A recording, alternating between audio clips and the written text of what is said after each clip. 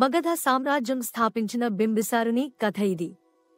మగధ రాజ్యం పురాతన భారతదేశంలో ఉన్న గొప్ప రాజ్యాల్లో ఒకటి. ఆయన హర్యాంక వంశానికి చెందినవారు. బింబిసారుడు కేవలం 15 ఏళ్ల వయసులోనే రాజ్యాన్ని చేపట్టాడు. యువరాజు అయినప్పటికీ అద్భుతమైన వ్యూహాలు, స్నేహపూర్వక సంబంధాలు, బలమైన సైన్యం ద్వారా రాజ్యాన్ని శక్తిమంతంగా తీర్చిదిద్దాడు.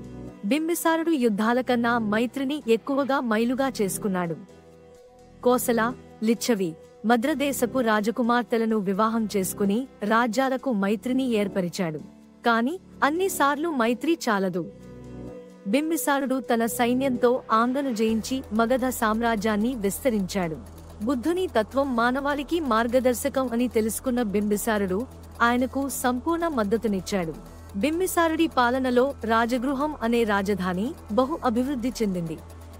ప్రజలు సంతోషంగా జీవించారు. వ్యవసాయం, విద్య, వాణిజ్యం అన్నిటిలో. కాని శక్తి ప్రేమ ఎప్పుడూ ప్రమాదకరం.